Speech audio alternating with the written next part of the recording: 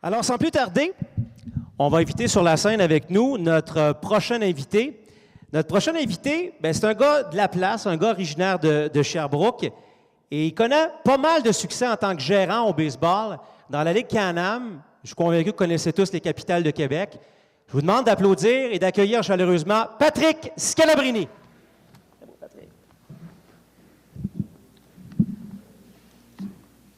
Bonsoir tout le monde. Jocelyn a oublié sa bouteille d'eau.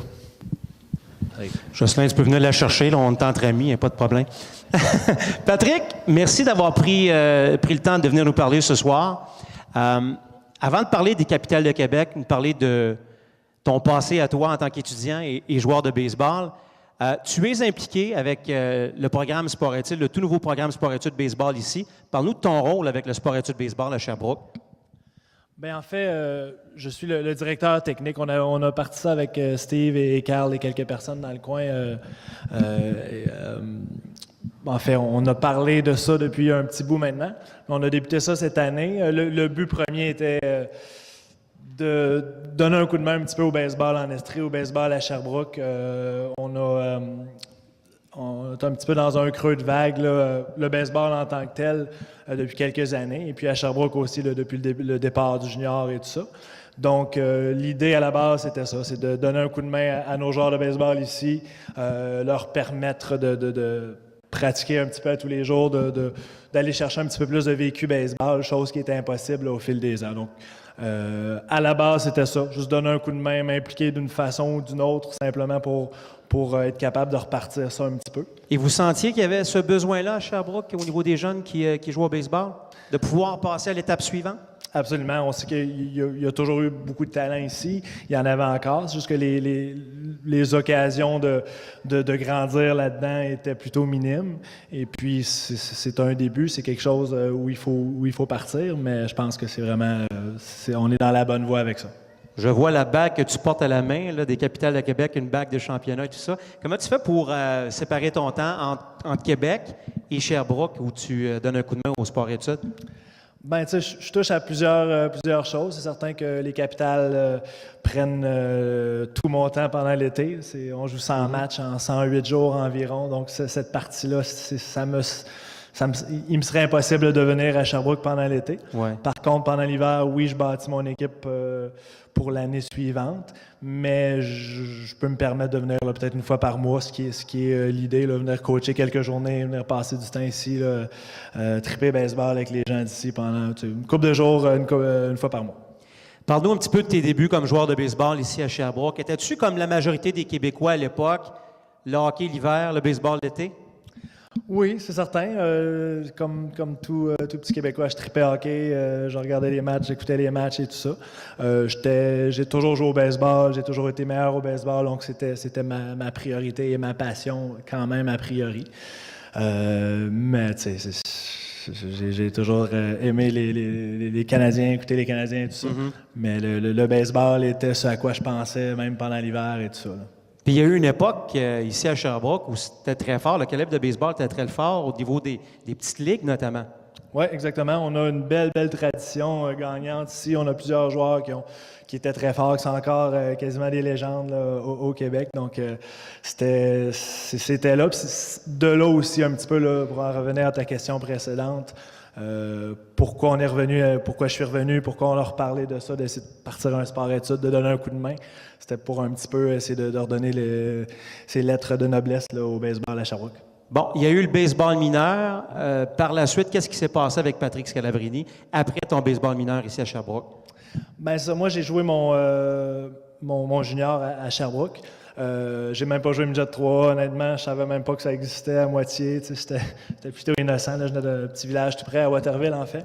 Mais j'étais issu des petites ligues et tout ça. Donc, je suis atterri dans le junior un peu par erreur, par la force des choses à un moment donné, puis ça a bien été.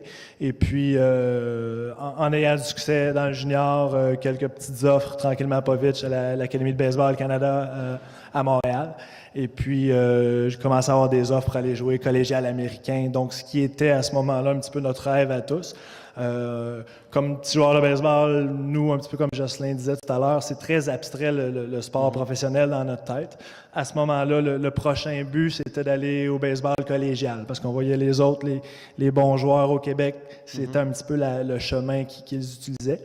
Donc, sans trop savoir comment m'y prendre, la prochaine étape. Donc, tranquillement, pas vite, en performant un petit peu, j'ai eu l'occasion d'avoir quelques offres. Et puis, après ma deuxième année de cégep, quand même, ici au Québec, j'ai pris le chemin de l'Oklahoma. Où, en fait, je ne sais pas s'il y en a ici qui ont lu le livre d'Éric Gagné. C'est le même junior college, le même collège où Éric est allé. Et puis, il y a quelques anecdotes assez savoureuses dans son bouquin. Et puis, je vous annonce que il n'a pas exagéré du tout. C'était spécial, c'était difficile, c'était quelque chose par moment. Au niveau junior, ici au Québec, à l'époque, est-ce que c'était fort? Est-ce qu'il y a plusieurs joueurs qui pouvaient accéder à ce moment-là et qui accédaient au collégial et par la suite au baseball mineur professionnel? Il y en avait quelques-uns, effectivement. C'était difficile. Il n'y avait pas beaucoup de dépisteurs qui venaient ici pour nous. C'était presque plus courant les gars qui allaient jouer professionnel, qui étaient repêchés à tout le moins, que les gars qui allaient au niveau collégial parce qu'ils ne s'étaient pas recrutés comme ça l'est aujourd'hui. Il y a plus de Québécois maintenant, ce qui est fantastique. On a la chance de pouvoir envoyer plus de jeunes qui sortent des sports-études.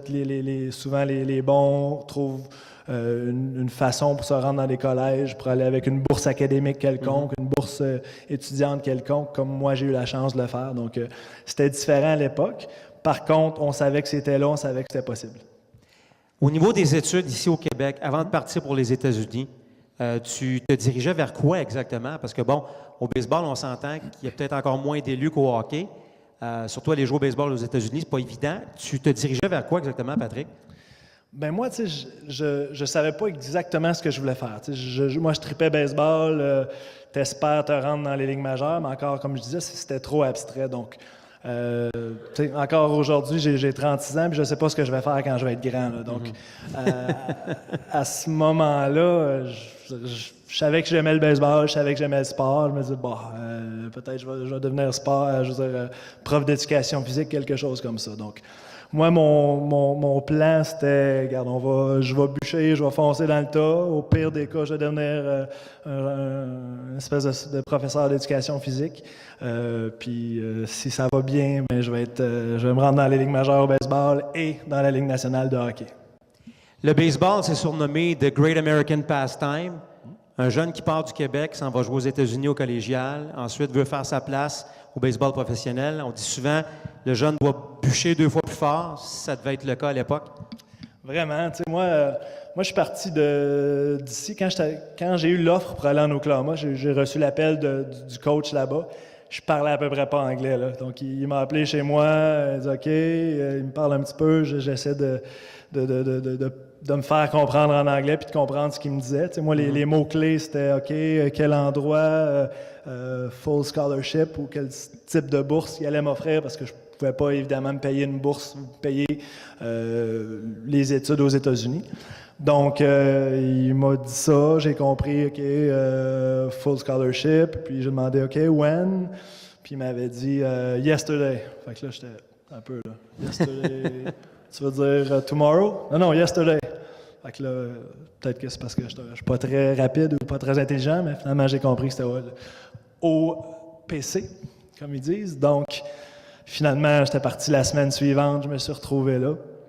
Et c'était un choc total, puisque encore une fois, mon anglais était plutôt approximatif. Donc, en arrivant là-bas, puis tu sais, ça revient je précède peut-être une de tes questions, Marc, mais pour ce qui est de l'école, puis de passer les cours et ces choses-là. C'était ma prochaine question, effectivement. Ouais. C'est bien, mais tu sais, c'était difficile, évidemment. Oui, j'ai été encadré et tout ça. Par contre, tu n'as pas le choix là-bas. C'est un petit peu la même chose dans certains sports-études ou j'imagine que dans le junior, c'est un petit peu comme ça. Tu passes tes cours ou tu n'es pas éligible pour jouer dans l'université. Comme ces gens-là, investissent quand même une somme d'argent très considérable en toi, tu t'arranges pour passer. Doublement quand ton entraîneur, c'est un ancien militaire un peu psychopathe. Tu passes tes courses, sinon t'es un dans le trouble et deux, tes coéquipiers te détestent. Je pense que c'était ma deuxième semaine arrivée là-bas. J'ai échoué un test d'anglais quelconque, mais il m'avait lancé dans une classe d'anglais avec plein de gens pour qui l'anglais était la langue première. Donc, j'avais échoué tel examen et tout ça. Donc, officiellement, pas nécessairement éligible à pratiquer cette semaine-là. Et puis, punition pour toute l'équipe. En fait, les deux équipes, parce qu'on a un varsity et un junior varsity à ce niveau-là. Donc, on était 64 gars à courir pendant 45 minutes le soir après l'entraînement. Là, vous dites peut-être 45 minutes, il exagère un peu. Quand tu cours 45 minutes, tu sais exactement une minute, c'est comment longtemps, puis on a couru 45 minutes. Donc, j'ai étudié, j'ai passé mon prochain examen avec beaucoup d'aide amicale de mes coéquipiers. Bon, et par la suite, comment ça s'est déroulé pour toi, les études? Tu as réussi à tout passer, puis à passer à l'étape suivante? Très bien. Honnêtement, c'est un mélange de plein de choses, là. Quand tu arrives dans un monde comme ça où tu es le seul francophone, en fait, je ne l'étais pas, on était deux, là, mais où tu es à peu près tout seul comme francophone dans le coin, tu comprends la patente vite, tu es dans ce monde-là, donc tu l'apprends rapidement. Et puis, j'avais compris le message aussi que tu t'arranges pour passer, tu t'arranges pour en faire assez, pour étudier, pour être certain, de un, d'être capable de pratiquer, puis de deux, que tu ne te feras pas faire de coups la nuit par tes coéquipiers. Bon, une fois les études, une fois que c'était complété tout ça, la carrière de joueur, comment ça s'est passé pour toi? Bien, c'est ça. Donc, après mes 2 ans en Oklahoma, qui apparaissaient infernales, mais qui sont avérés fantastiques pour moi, j'ai transféré par la suite. J'étais allé d'un Division 1 à l'Université d'Hawaii par la suite, où j'ai fait mon bac, j'ai terminé mon bac. Il y a des places, disons, moins le fun où se retrouver, l'Université d'Hawaii. J'ai eu quelques offres après mon junior college, et puis, évidemment, là, quand j'ai eu une offre de bourse complète à l'Université d'Hawaii, je m'étais dit que j'allais le regretter toute ma vie si j'allais pas là. Et puis, j'étais allé là, j'ai fait passer 3 ans merveilleuses là-bas. Été capable de finir mon bac en histoire, qui n'a aucun lien avec devenir un prof d'éduc. Mais bon, longue histoire, tu en viens occasionnellement à bifurquer, à changer ton plan un petit peu. Mais c'est important pour moi d'avoir un bac, d'avoir quelque chose de un bagage scolaire qui peut t'amener à autre chose plus tard. Exactement, parce que, tu sais, encore aujourd'hui, je pense que tu sais jamais où la vie va t'amener. Dans ma tête, ça a toujours été ça. Je bûche, je donne tout ce que j'ai dans le baseball, je m'entraîne fort, je sais pas où ça va m'amener. Mais quand ça sera terminé, je veux avoir quelque chose. Fait que là, j'avais un bout de papier à l'Université d'Hawaii, un bac, et puis j'ai pas eu besoin de le sortir de ma poche arrière encore. Mais peut-être, encore une fois, quand je vais être grand et vieux, je vais devoir pouvoir l'utiliser. On t'a croisé un peu ici à Sherbrooke au niveau senior, mais vraiment pas longtemps. Puis par la suite, il y a eu l'expérience avec les Capitales de Québec. Comment c'est arrivé tout ça à Québec? Bien, j'ai été extrêmement chanceux, en fait. Je suis sorti de l'université. Il y a des règlements dans la Ligue Can-Am qui font que tu es obligé d'avoir quelques joueurs recrues. S'il n'y avait pas eu ces règlements-là, honnêtement, je pense que j'aurais jamais eu l'occasion de jouer professionnellement. Donc, ça m'a ouvert une grande porte. En 2001, quand j'ai terminé à l'université, j'ai eu la chance de finir dernier match, dernière journée à l'université, aller directement à Québec. Et puis, commencer ma carrière professionnelle là. J'ai joué quelques années, j'ai signé pour aller jouer dans les mineurs aux États-Unis pendant quelques années. Et puis, par la suite, je suis revenu terminer ma carrière, en fait, grandement à cause de Michel Laplante qui m'a gentiment accueilli et convaincu de revenir. Puis, la carrière comme gérant, de passer de joueur à gérant, la transition, comment elle s'est faite avec Patrick Scalabrini? Bien, elle s'est faite quand même assez facilement, relativement jeune, mais au niveau sportif, mes performances diminuaient un petit peu, pas énormément, mais je le sentais que physiquement, ça s'en allait pas en s'améliorant. C'est quand même un calibre assez fort, là, les Can-Am. Là, absolument, c'est tous des gars qui ont joué A, 2A, 3 et tout ça, donc tu peux pas te permettre de ne pas être à 100% et être en santé. En tout cas, pas un gars comme moi, avec le talent que j'avais et tout ça. Donc, vers la fin de ma carrière, j'avais une blessure au genou aussi qui m'avait ralenti. Michel, qui était l'entraîneur-chef à ce moment-là, qui était une figure très, très populaire à Québec, qui avait le goût d'en prendre un petit peu plus, un petit peu moins dans le sens, s'occuper plus peut-être de l'administration puis de sa compagnie. En tout cas, je vous le présenterai un de ces soirs et il vous parlera de ses affaires un petit peu. Là. Ah, c'est vrai, il parle après moi. Donc, c'est ça. Donc, Michel a finalement décidé de un petit peu laisser le côté opération baseball pour aller gérer d'autres trips qui lui tentaient. Donc, moi, j'étais son assistant coach à ce moment-là, puis j'étais prêt un petit peu à passer. J'aurais pu en jouer une autre, peut-être deux autres. Peut-être que mes dernières années auraient été plus décevantes et tout ça. Donc, j'étais content de finir sur une haute note. On a gagné le championnat. C'était ma dernière année comme joueur. J'ai frappé un coup de circuit dans le match final de ma carrière. Donc, plein de beaux souvenirs. Je suis content d'avoir fini sur une bonne note. Puis moi, j'étais un étudiant de la game pas mal. J'étais un gars qui prenait des notes sur chaque lanceur que j'affrontais. Ouais, tu te préparais finalement, là. Oui, sans un le peu. savoir peut-être. Exactement. Au début, sans le savoir, parce que j'avais besoin de ça comme joueur. J'avais besoin d'être hyper préparé, je ne pouvais pas me fier seulement à mon talent pour performer. Donc, je pense que Michel avait vu ça à la base, puis il voyait que c'est des choses qui m'intéressaient. Et puis, tranquillement, pas vite, c'est ça, il m'en a parlé, puis évidemment, ça me tentait énormément parce que je voulais faire de quoi dans le baseball. Je n'ai jamais trop su quoi, mais je voulais rester dans ce monde-là. Et puis, le jour où Michel a décidé de passer à autre chose puis de m'offrir le boulot, j'ai sauté là-dessus à pieds joints. Tu es dans l'abri des joueurs comme joueur, tu es one of the boys, puis là, soudainement, tu te retrouves gérant de cette équipe-là, peu de temps après.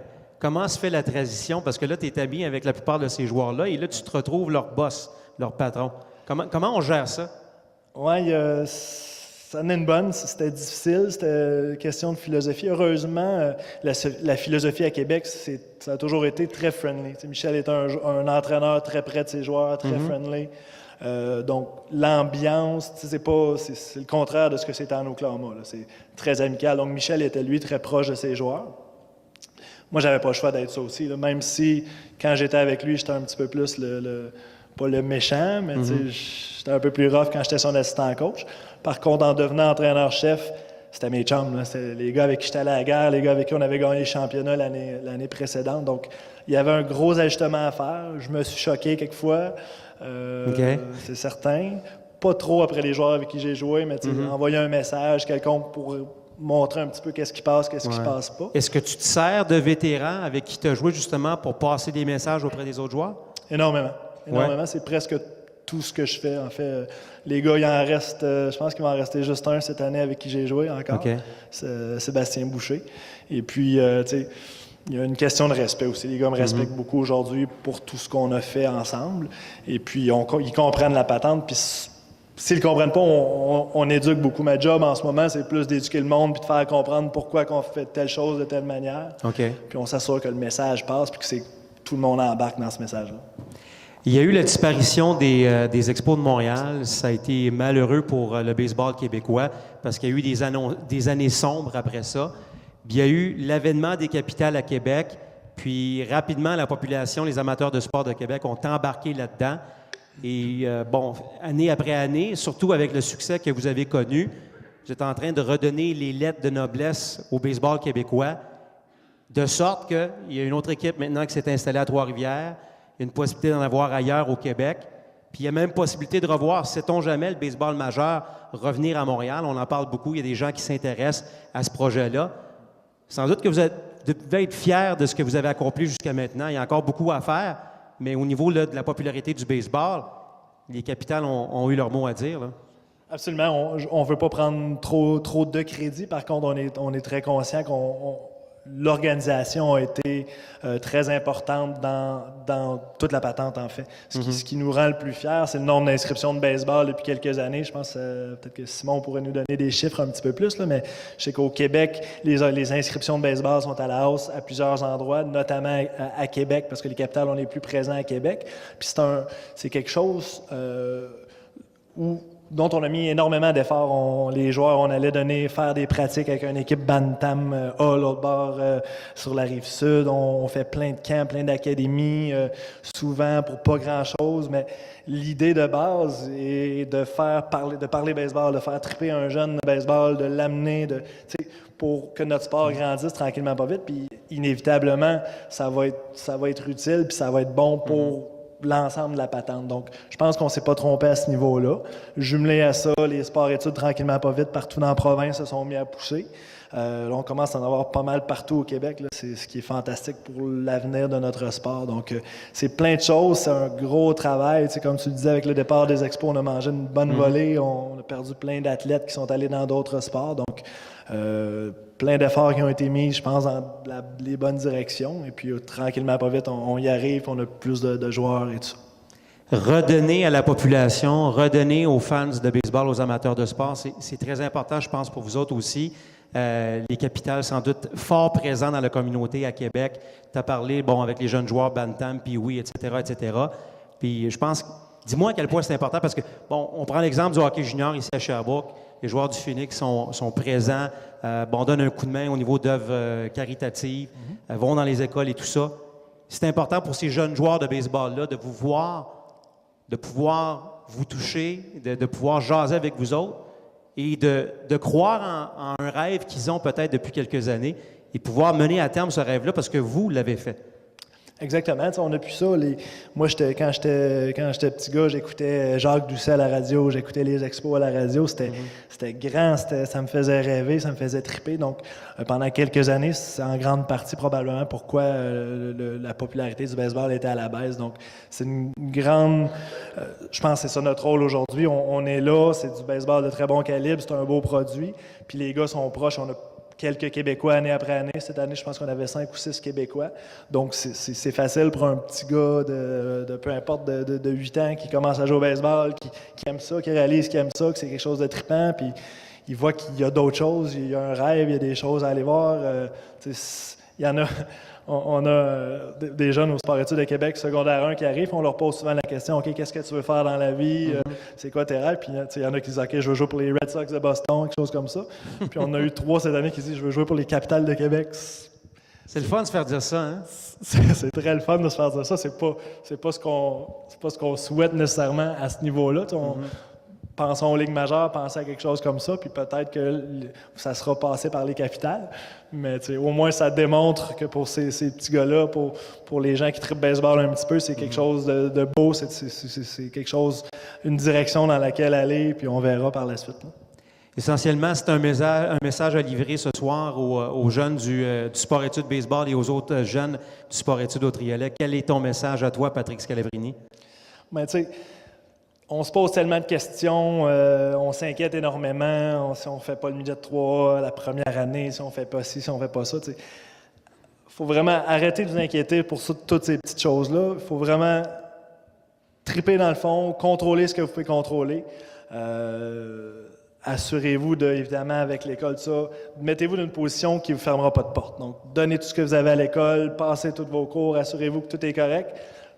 Tout d'un coup, que dans 2 ans, tu as le goût d'aller en médecine. Tout d'un coup, que dans 2 ans, tu as l'opportunité d'aller dans un collège, mais il faut que tu aies 85 de moyenne pour avoir la telle bourse pour être capable de le faire. Il y a tellement des choses tripantes qui peuvent arriver quand vous poussez votre passion un petit peu plus loin. On ne sait pas où ça va vous amener. Peut-être que ça va vous amener dans la Ligue nationale de hockey, de baseball. Peut-être que ça va vous amener dans un collège qui va vous donner une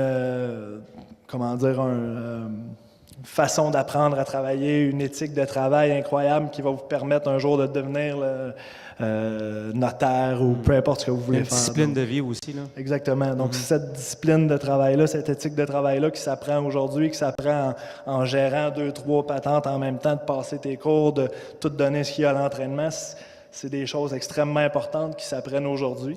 Donc, laissez-vous pas avoir par des petites choses, de petites déceptions, que peut-être ça sera pas possible. Foncez dans le tas, puis si vous travaillez fort, que des belles choses vont arriver, je suis certain.